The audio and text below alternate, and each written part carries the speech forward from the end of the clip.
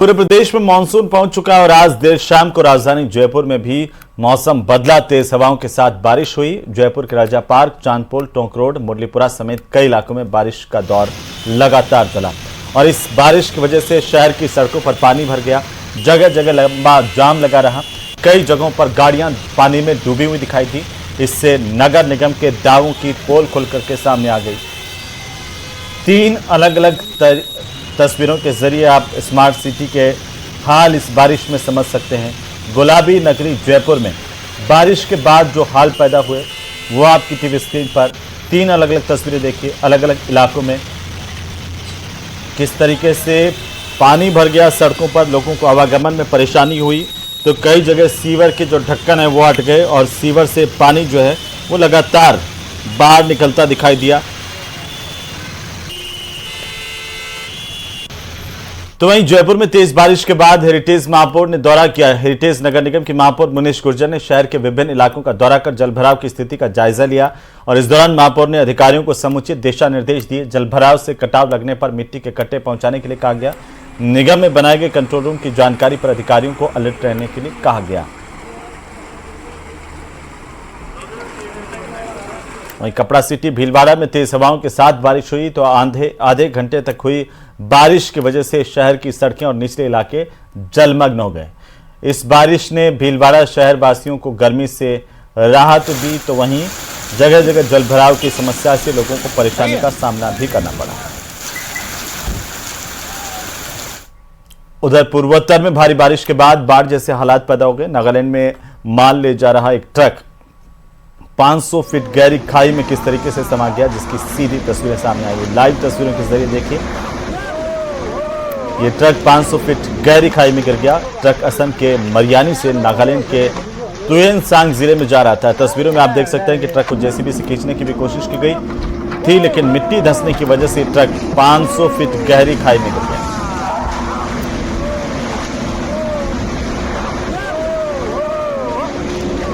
उधर झालावाड़ जिला जनाना अस्पताल में बड़ी लापरवाही सामने आई। यहां पर अस्पताल में 2 प्रसूताओं के प्रसव के बाद उनके बच्चे बदल दिए गए।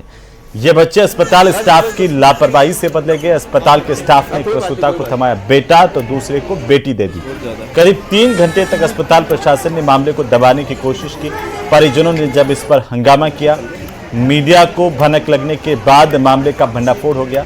बाद में अस्पताल प्रशासन ने प्रसूताओं को उनके बच्चे दे दिए। अब अस्पताल प्रशासन इस मामले में कार्रवाई की बात कह रहा है कि आखिर बच्चे कैसे बदले गए, इसे लेकर जांच करवाएंगे।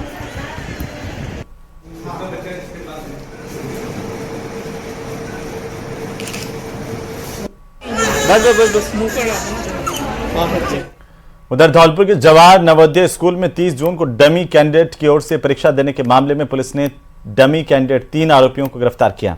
पुलिस ने डमी कैंडिडेट के साथ उसके दोस्त और भाई को भी गिरफ्तार कर मामले का खुलासा कर दिया है। इस घटना का खुलासा करते हुए पुलिस की तरफ से डमी कैंडिडेट सत्येंद्र कुशवाहा के साथ उसके दोस्त जगदीश और संजय की गिरफ्तारी की, जिनके खिलाफ आईपीसी की अलग अलग धाराओं में मुकदमा दर्ज किया गया। पूछताछ की जा रही है। पूछताछ के बाद तीनों आरोपियों को कोर्ट में पेश किया जाएगा।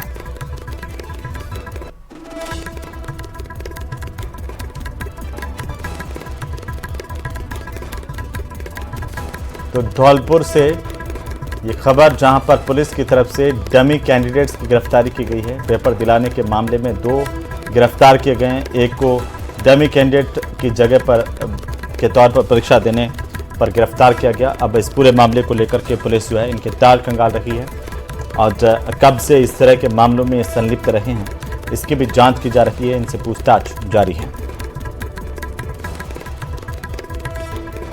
दिनांक 30 जून 2024 को राज्य सरकार द्वारा DELED की परीक्षा आयोजित की गई, जो पूर्व में BSTC के नाम से जानी जाती थी। उक्त दिनांक 30 जून को धौलपुर पुलिस को सूचना मिली कि एक कैंडिडेट है, उसकी जगह एक डमी कैंडिडेट जवाहर नवोदय विद्यालय धौलपुर में परीक्षा दे रहा है। पेपर लीक प्रकरण के मास्टरमाइंड सुरेश ढाका की जमीन को कुर्क किया गया। सेकंड ग्रेड शिक्षक भर्ती परीक्षा में पेपर आउट करने बस में नकल करवाने के मामले को लेकर मास्टरमाइंड सुरेश ढाका की संपत्ति को उदयपुर अपर जिला और सेशन न्यायालय ने कुर्क करने के आदेश जारी किए थे। इसके बाद बुधवार को सांचौर जिला कलेक्टर शक्ति सिंह राठौड़ के निर्देशन में तहसीलदार और भूमि अधिकारी की ओर से मौके पर जाकर ढाका की संपत्ति में पैतृक गांव अचलपुर के गंगासर में स्थित 3 हेक्टेयर से ज्यादा की जमीन को कुर्क कर लिया गया। संपत्ति कुर्क करने और नोटिस चस्पा करने के बाद संबंधित पत्रावलियों को जिला कलेक्टर कार्यालय भेजा गया है।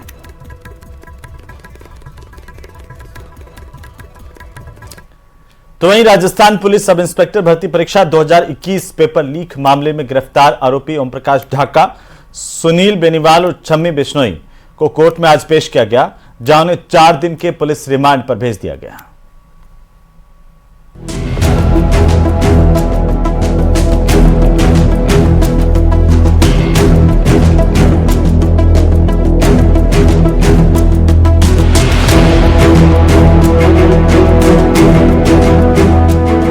चार दिन के रिमांड पर पेपर लीक के मास्टरमाइंड।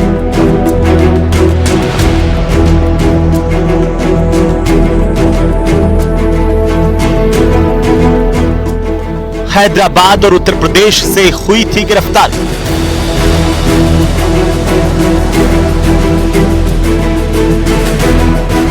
पिछले कई महीनों से एसआई पेपर लीक मामले में एसओजी की team paper mafia Om Prakash Dhaka, Sunil Beniwal और छम्मी बिश्नोई की तलाश कर रही थी। तीनों पर इनाम भी घोषित था। आखिरकार पुलिस ने तीनों को धर दबोचा। गिरफ्तारी के बाद तीनों को कोर्ट में पेश किया गया, जहां से उन्हें 4 दिन के रिमांड पर भेज दिया गया है।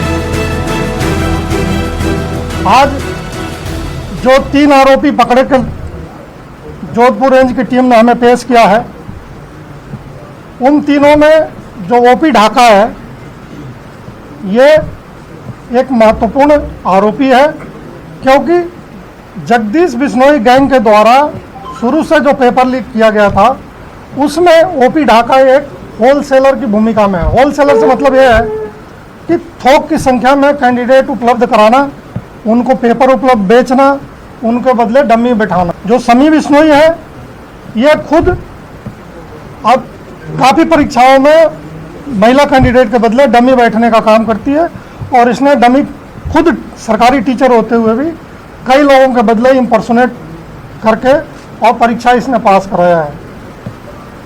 सुनील जो तीसरा आरोपी है, इन तीनों में वो सबसे कम भूमिका में है, लेकिन उसने भी कई कैंडिडेट को जगदीश बिश्नोई से पेपर लेके और पेपर पढ़ा के पास कराया है। ओम प्रकाश ढाका और सुनील बेनीवाल को हैदराबाद से पकड़ा गया, जहां वो कमरा लेकर फरारी काट रहे थे, जबकि इनकी साथी छम्मी बिश्नोई को उत्तर प्रदेश से गिरफ्तार किया गया। पुलिस ने बताया कि किस तरीके से अलग अलग ऑपरेशन चलाकर तीनों को गिरफ्तार किया गया। किराए पे रहना, वहाँ पे 6,000 रुपये किराया देकर और 6,000 रुपये मंथली खर्च पे 12,000 रुपये पे राधा और कृष्ण की भक्त बनी हुई मैडम वहाँ पे थी। लंबे समय से 2-3 महीने से रह रही थी और भक्ति भाव में लीन थी। तो अब ये भक्ति भाव और बढ़ाने का, बिना पैसा दिए हुए लेने का मौका इनको अब यहाँ मिलेगा, जहाँ इनको खर्च नहीं करना होगा। वहाँ पर 6,000 रुपये रहने में और 6,000 रुपये खाने पीने का खर्च देना पड़ रहा था। उस खर्च से अब इनको मुक्ति मिल गई और पूर्ण भक्ति भाव में लीन रह सकती हैं। यह व्यवस्था कर दी। भक्ति भाव के लिए अलग अलग सबके मन में भावनाएं होती हैं। कुछ जीवन से हार के, कुछ जीवन में पलायन करके, कुछ पाने के लिए, कुछ नई उम्मीदों के साथ, कुछ पाप धोने के लिए। हर आदमी अलग अलग तरीके से भक्ति भाव में अपने अपने भावना, अपने अपने श्रद्धा के साथ लगते हैं। बट फिलहाल हमने इनका खर्च कम करा दिया है। पेपर लीक प्रकरण में वांटेड ओम प्रकाश ढाका पर 75,000 रुपए, जबकि सुनील बेनीवाल पर 25,000 रुपए और छम्मी बिश्नोई पर 70,000 रुपए का इनाम घोषित था। जोधपुर रेंज आईजी विकास कुमार के निर्देशन में यह कार्रवाई की गई। पुलिस की माने तो छम्मी बिश्नोई सांचौर जिले की रहने वाली हैं और एक सरकारी स्कूल में टीचर है। बताया जा रहा है कि छम्मी ने परीक्षा से पहले एक ट्रेनी एसआई को पेपर पढ़ाया था। शुरू में इन्होंने जगह बदली और बाद में फिर इन्होंने अपना ठिकाना हैदराबाद को बनाया। गैंग के कुछ सदस्य या इनके कुछ सहानुभूति रखने वाले देश के बाहर हैं, विदेश में हैं। उनको तकनीकी रूप से जब हम लोगों ने मॉनिटर किया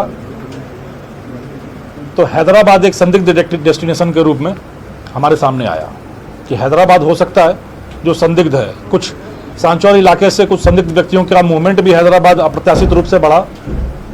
कुछ विदेश से आने वाली कॉलें भी हैदराबाद के लिए, जो हैदराबाद भी कनेक्ट होती थी और राजस्थान भी कनेक्ट होती थी, इस तरह के कनेक्शंस काफ़ी बढ़े तो हैदराबाद हमारे रडार पे आया। एसओजी की माने तो पेपर लीक प्रकरण में नाम सामने आने के बाद ओम प्रकाश ढाका 15 दिसंबर 2023 से अंडरग्राउंड हो गया था। 4 दिसंबर को ओम प्रकाश ढाका को आखिरी बार रानीवाड़ा के विधायक के विजय जुलूस में देखा गया। इसके बाद नई सरकार के गठन के बाद एसओजी ने ओम प्रकाश को नामजद कर गिरफ्तारी का प्रयास किया तो वह फरार हो गया। ओम प्रकाश ढाका को उदयपुर में सेकंड ग्रेड टीचर भर्ती परीक्षा पेपर लीक प्रकरण में भी आरोपी बताया जा रहा है। एसआई भर्ती पेपर लीक के साथ ही 6 भर्ती परीक्षाओं के पेपर लीक मामले में ये दोनों आरोपी हैं। एसओजी की प्रारंभिक पड़ताल में यह सामने आया कि ओम प्रकाश ढाका पेपर लीक करवाता और मोटी रकम लेकर अपने नेटवर्क के जरिए पेपर बेचता था, जबकि छम्मी बिश्नोई नकल करवाती थी। सुनील बेनीवाल को पेपर लीक गिरोह के मास्टरमाइंड यूनिक भांबू का हैंडलर बताया जा रहा है। जेईएन भर्ती पेपर लीक मामले में नाम सामने आने के बाद यूनिक भांबू दुबई भाग गया। अब इन 3 बदमाशों के पकड़े जाने के बाद पेपर लीक को लेकर एसओजी को कई अहम जानकारियां मिलने की उम्मीद है। जयपुर से न्यूज 18 के लिए विष्णु शर्मा की रिपोर्ट।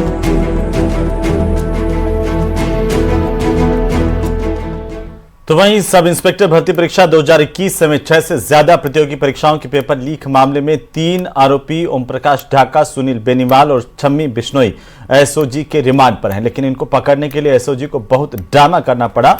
हैदराबाद से पकड़े गए ओम प्रकाश ढाका और सुनील बेनीवाल को पकड़ने के लिए टीम को गैस सिलेंडर वाला डिलीवरी बॉय बनना पड़ा। तो वहीं छम्मी उत्तर प्रदेश के बरसाना में फरारी काट रही थी। इसे पकड़ने के लिए बाकायदा राजस्थान पुलिस को भक्त बनकर मंदिर में जाना पड़ा। दरअसल टीम को इनपुट मिला था कि ढाका और बेनीवाल हैदराबाद के एक फ्लैट में हैं। कई दिनों तक इनकी रैकी की गई, फिर गैस की सप्लाई देने के बहाने पुलिसकर्मी फ्लैट में घुसे और दोनों को पकड़ा। वहीं छम्मी 2 महीने से बरसाना में थी, वो वहां पर बरसाना में भक्ति भाव से रह रही थी। वहीं बरसाना में गायों की शोभा यात्रा में पहली बार देखी गई और इसके बाद पुलिस ने जाल बिछाकर इसे भी यहां से दर दबोचा। तो वहीं राहुल गांधी के लोकसभा में दिए गए कथित हिंदू वाले बयान को लेकर प्रदेश भर में प्रदर्शनों का सिलसिला देखने को मिला। हिंसक बताए जाने को लेकर की गई टिप्पणी को पर हिंदू समाज ने सड़क पर उतरकर प्रदर्शन किया। राहुल गांधी का पुतला फूंका, विरोध प्रकट किया। Badi Chaupar, circuit house Kota, collectorate Ajmer, Banswara, Jhalawar और राजसमंद की तस्वीरें आपको टीवी स्क्रीन। इस प्रकार का लोकतंत्र के सबसे बड़े मंदिर में नेता प्रतिपक्ष द्वारा देश के करोड़ों करोड़ों हिंदुओं का यह जो अपमान किया है, इस देश की हजारों लाखों वर्ष पुरानी जो सभ्यता है, जो सनातन संस्कृति है, उसके विरुद्ध इतना गैर जिम्मेदाराना उन्होंने जो वक्तव्य दिया है, उसके पीछे का भाव समझने की आवश्यकता है। तो मैं तो कांग्रेसियों से आग्रह है कि जल्दी इस देशद्रोही को देश से बाहर निकाला जाए तो ज्यादा उचित रहेगा। ये किसी के हित का नहीं है व्यक्ति, और हिंदुओं को अपमानित किया, इसलिए इसको संसद सदस्य समाप्त करके इसको राष्ट्र निकाला देना चाहिए। विचार और मूल पद्धति के खिलाफ एक सांसद की गरिमामयी पद में और ओहदा में विराजने वाले प्रमुख प्रतिपक्षी दल के नेता श्री राहुल गांधी जी द्वारा समग्र सनातन और हिंदू धर्म के विरोध में, उनकी अपमान में जिस प्रकार से अभद्र और एक भद्दा टिप्पणी की गई, ये वास्तव में कड़ा आपत्तिजनक है। संसद भवन में, लोकतंत्र के उस मंदिर में जिस प्रकार से हिंदू हिंसा करते हैं, इस प्रकार का कुकृत्य और बहुत आपराधिक बयान जिन्होंने दिया है, सर्व हिंदू समाज मांग करता है कि ऐसे व्यक्ति को संसद में बैठने का कोई अधिकार नहीं। तो वहीं अरुणाचल स्थित परशुराम कुंड देश के एक प्रमुख दर्शनीय तीर्थ स्थल के तौर पर विकसित किया जाएगा। ये विकास कार्य केंद्र और अरुणाचल सरकार मिलकर करेगी। केंद्रीय संस्कृति एवं पर्यटन मंत्री गजेंद्र सिंह शेखावत ने दिल्ली में विप्र फाउंडेशन की ओर से आयोजित स्वस्ति कामना समारोह में शिरकत करते हुए कहा कि उनका सपना है कि परशुराम कुंड क्षेत्र का विकास अयोध्या तथा अन्य देव स्थलों की तर्ज पर हो।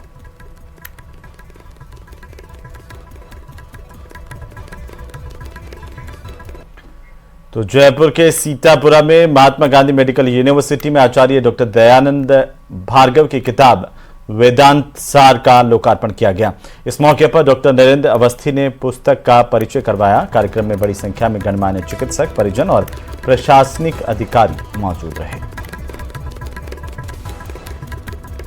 तो राजस्थान में टूरिज्म को बढ़ावा देने के लिए तैयारियां जोरों पर है। वहीं पर्यटन विभाग ने नाइट टूरिज्म को लेकर के भी कवायद शुरू कर दी है। रिपोर्ट देखिए।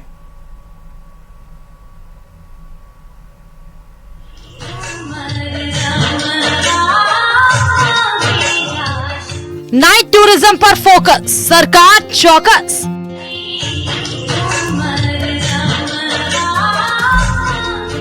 नाइट टूरिज्म को लेकर तैयार हो रहा रोड मैप।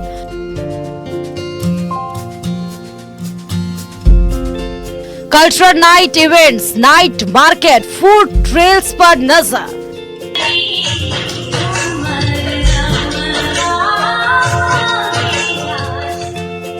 टूरिज्म बढ़ाने का प्लान, पर्यटन मंत्री का ध्यान।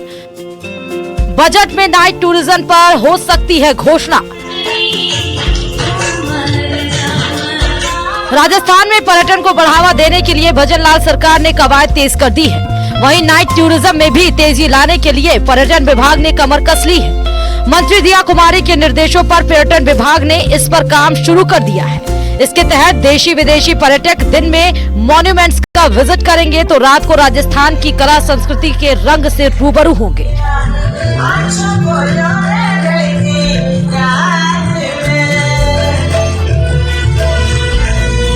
टूरिज्म को बढ़ावा देने के लिए पर्यटन विभाग एक कार्य योजना तैयार कर रहा है। राज्य में कैसे नाइट टूरिज्म में गतिविधियां बढ़े और पर्यटक जो है जो पूरे दिन भर शहर में और स्थानों पर ठहरने के पश्चात रात्रिकालीन कल्चरल और इवेंट्स का अनुभव ले सके, इसके लिए माननीय उप मुख्यमंत्री महोदया ने भी विभाग को निर्देश दिए हैं कि उसकी कार्य योजना बनाए। माना जा रहा है कि नाइट टूरिज्म के दौरान cultural event night market, food trails, astro night, sky tourism जैसे इवेंट्स के आयोजन किए जाएंगे।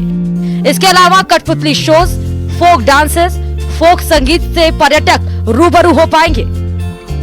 बताया जा रहा है कि जयपुर के अलावा उदयपुर, जोधपुर, जैसलमेर समेत अन्य पर्यटक स्थलों पर नाइट टूरिज्म को लेकर रोड मैप तैयार किया जा रहा है। विभिन्न तरह के आयोजनों का प्लान बनाए, उन आयोजनों को मूर्त रूप दें, तो उस पर हम काम कर रहे हैं और आप देखेंगे कि आगे आने वाले समय में राज्य में जयपुर और जयपुर से राज्य के अन्य शहरों में नाइट टूरिज्म के तहत कुछ न कुछ गतिविधियां आयोजित की जाएंगी। माना यह भी जा रहा है कि 10 जुलाई को आने वाले बजट में नाइट टूरिज्म को लेकर घोषणाएं हो सकती हैं। दरअसल राज्य सरकार का पर्यटन पर विशेष फोकस है। राजस्थान में पर्यटकों की संख्या में इजाफा हो, इसके लिए लगातार कोशिशें की जा रही हैं। इसके अलावा पर्यटन से रोजगार का भी सीधा संबंध है, क्योंकि एक पर्यटक के आने से 13 अलग अलग तरीके के रोजगार सृजन होते हैं। न्यूज 18 के लिए जयपुर से महिमा जान की रिपोर्ट। तो वहीं झुंझुनू के जिला अस्पताल में धरने के दौरान पूर्व मंत्री राजेंद्र गुढ़ा की ओर से डॉक्टर्स के खिलाफ दिए गए बयान पर अखिल राजस्थान सेवारत चिकित्सक संघ ने विरोध प्रकट किया है। रिपोर्ट देखिए। सीएम है तो भी सारे के सारे हैं, डूब के मरने वाले हैं। शर्म लिया को कहेगा ठीक है, जान चली गई।